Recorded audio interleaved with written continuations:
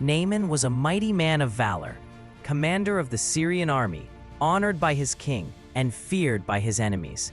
His armor shone in the sunlight, his chariot gleamed like gold, yet beneath the shining metal, his flesh was cursed with leprosy. One day, a young Israelite girl, a captive servant in Naaman's house, said softly to his wife, "Would God my Lord were with the prophet that is in Samaria, for he would recover him of his leprosy." Those words reached Naaman's ears like a spark of hope. The king of Syria gave him silver, gold, and fine garments, and sent him to the king of Israel with a letter saying, "I have sent Naaman my servant to thee, that thou mayest recover him of his leprosy."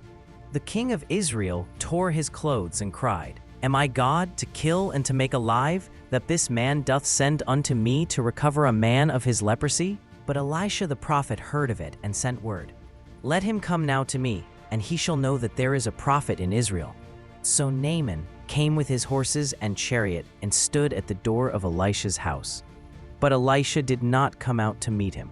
Instead, he sent a messenger who said, "Go and wash in Jordan 7 times, and thy flesh shall come again to thee, and thou shalt be clean." Naaman's pride flared, his face darkened with anger. "Behold, I thought, he will surely come out to me, and stand, and call on the name of the Lord his God, and strike his hand over the place, and recover the leper. Are not Abana and Pharpar, rivers of Damascus, better than all the waters of Israel? May I not wash in them and be clean?" He turned away in fury, but one of his servants followed and spoke gently.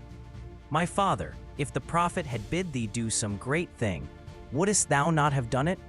How much rather then, when he saith to thee, Wash and be clean?" Naaman stopped. His anger cooled. He went down to the river Jordan, stepped into the muddy water, and dipped himself once, twice, 3 times, until 7 times he had gone under. And when he rose the 7th time, his flesh was restored like the flesh of a little child, clean, whole, and shining. Naaman hurried back to Elisha's house, humbled and trembling with joy. He said, "Behold, now I know that there is no God in all the earth but in Israel." He tried to offer Elisha gold and silver in gratitude, but the prophet refused, saying, "As the Lord liveth, before whom I stand, I will receive none." Naaman returned to Syria, not only healed in body, but changed in heart. He would never again bow to idols, for he had met the living God through the humble waters of the Jordan.